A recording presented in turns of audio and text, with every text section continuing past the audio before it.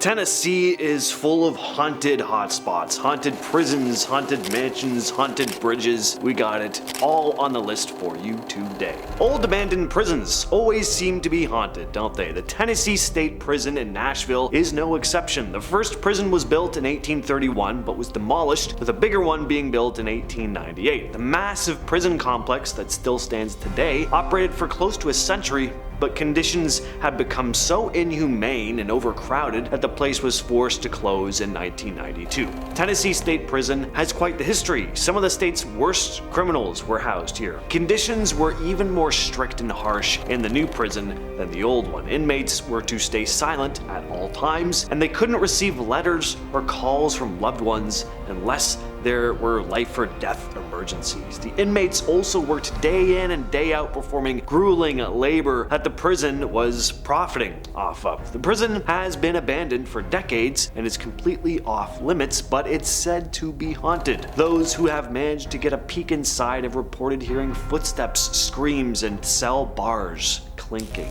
The story of the Bell Witch has to be one of the most well-known spooky tales in the state of Tennessee. In Adams, Tennessee, you'll find the Bell Witch Cave, where the spirit of the witch is still said to linger to this day. John Bell was a farmer who lived with his wife Lucy and their children. Now, soon after moving in, they started seeing weird animals on their property. They'd also hear eerie knocking sounds inside their cabin. The family soon realized they were dealing with something from the beyond when a dark entity began interacting with the family, even speaking to them directly. They claimed they were being haunted and tormented by a witch, the spirit of Kate Batts, a former neighbor who apparently had a grudge against John Bell over a land deal. The Bell Witch began targeting the family relentlessly for several years, especially focusing on John's younger daughter, Betsy. Then in 1820, John Bell himself suddenly died of a mysterious illness. Some chalk all of this up to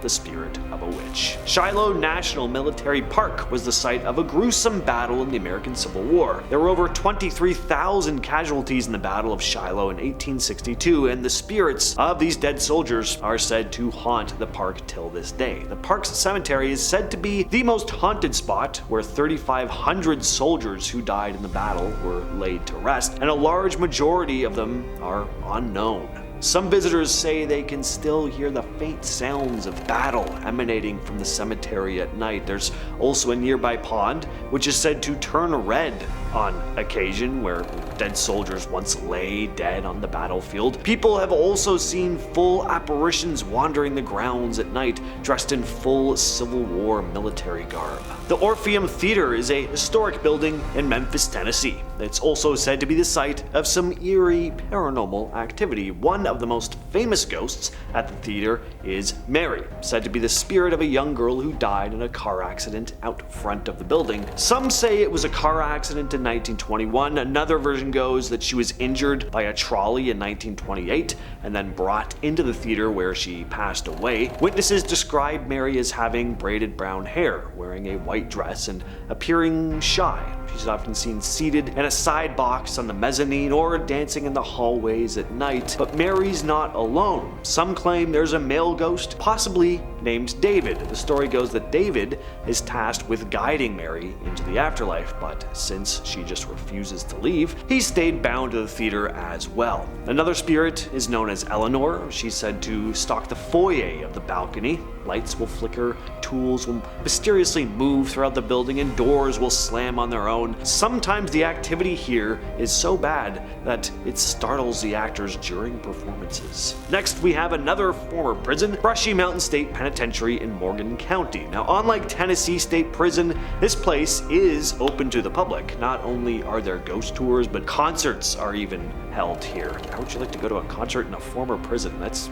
odd. So you have ample chances, though, to see if the place is really haunted for yourself. As Tennessee's first maximum security prison, it was home to some of the state's most dangerous criminals for over a century. It's probably most famous for housing James Earl Ray, the man who killed Martin Luther King Jr. A lot of inmates would die here, either working in the harsh conditions of the mines or at the hands of other prisoners. Brushy Mountain State Penitentiary operated as a prison until 2009. Today, visitors will report stuff like being tapped, shoved, or even scratched by unseen hands. Some will even say they hear growling sounds coming from the dark corners of the prison. Millington's Meeman-Shelby Forest may seem like any other scenic nature getaway, but there's said to be something dark lurking in the woods. A creature that is not quite human, but not fully beast either.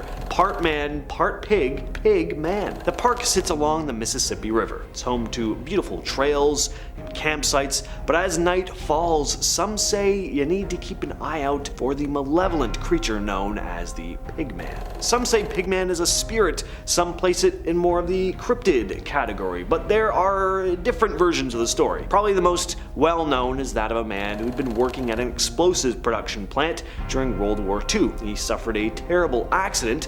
The tip of his nose was burnt off, giving him kind of a piggish face. He was also just horribly disfigured from all the burns, and he was shunned by the locals in town, so he was forced to retreat into the woods to live out the rest of his days in solitude and anger, living as a pig man. It's said on some nights you can hear a horrific pig squeal coming from the depths of the forest, meaning pigman has struck. And if you go to Pigman Bridge on a full moon, turn off your engine and lights, roll down your windows before calling out to Pigman 3 times, he just might show up. The Sensabaugh Tunnel, located off Big Elm Road in Kingsport, has become known as one of the most haunted spots in the state. It was built in the 20s and named after landowner Edward Sensabaugh. One tale tells of a homeless man who broke into the Sensabaugh home to steal valuables, using one of their young ones as a shield during his escape. Mr. Sensabaugh wasn't able to catch the thief, who ended up drowning his young prisoner in the water by the tunnel, which has now been dubbed Crybaby Pool. Another version of the story goes that Mr. Sensabaugh himself became deranged one night, killing his wife and the rest of his family before ending his own in the tunnel. It's said that if you drive into the tunnel and then turn off your car's engine, your vehicle won't restart until Sensabaugh himself is seen approaching. People will also report hearing eerie sounds emanating from the tunnel, like cries, or see the apparition of Ed Sensabaugh in their rear view mirrors, and ghostly handprints appearing on windows. Great Smoky Mountains National Park is a place I've talked about before on the channel. It's one of those national parks where people have been known to go missing, and I mean there 1 second, gone the next, as if the forest just swallows them up. You also have what's been referred to as the Brown Mountain Lights, strange glowing orbs that will show up along Brown Mountain. They're still unexplained, but some think they might be supernatural, others think they could be extraterrestrial in origin. You also have the tale of Lucy. One cold night in the early 1900s, a man named Foster was traveling along the forest path when he came across a young woman wandering alone through the dark woods. He offered her a ride home on his horse. She accepted. He dropped her off in front of her cabin, but over the next few days, he just couldn't get this woman off his mind. He returned to the cabin to see her. Some stories go that he just wanted to go there and ask her to marry him, because that's the way it was back then. Lucy's father answered the door, and when Foster asked where Lucy was, the man's face went cold. Her father informed him that she had died years ago when their old cabin burnt down to the ground, so Foster had ridden home with a ghost. There's always a haunted bridge. Bryceville, Tennessee has Drummond Bridge, said to be haunted by the spirit of a man who got into an altercation with a young soldier and paid the price. Our tale begins in 1893. One of the most handsome men in the area was named Richard Drummond. All the ladies fawned after him, and one night he showed up at a dance that several soldiers were attending. He ended up getting into an altercation with one of the soldiers over a girl. The soldier was later found dead outside the building, and Drummond was now the #1 suspect. A group of men pulled Drummond from the boarding house he was staying at before beating him. It's said that Drummond's spirit lingers at the site, tethered to the spot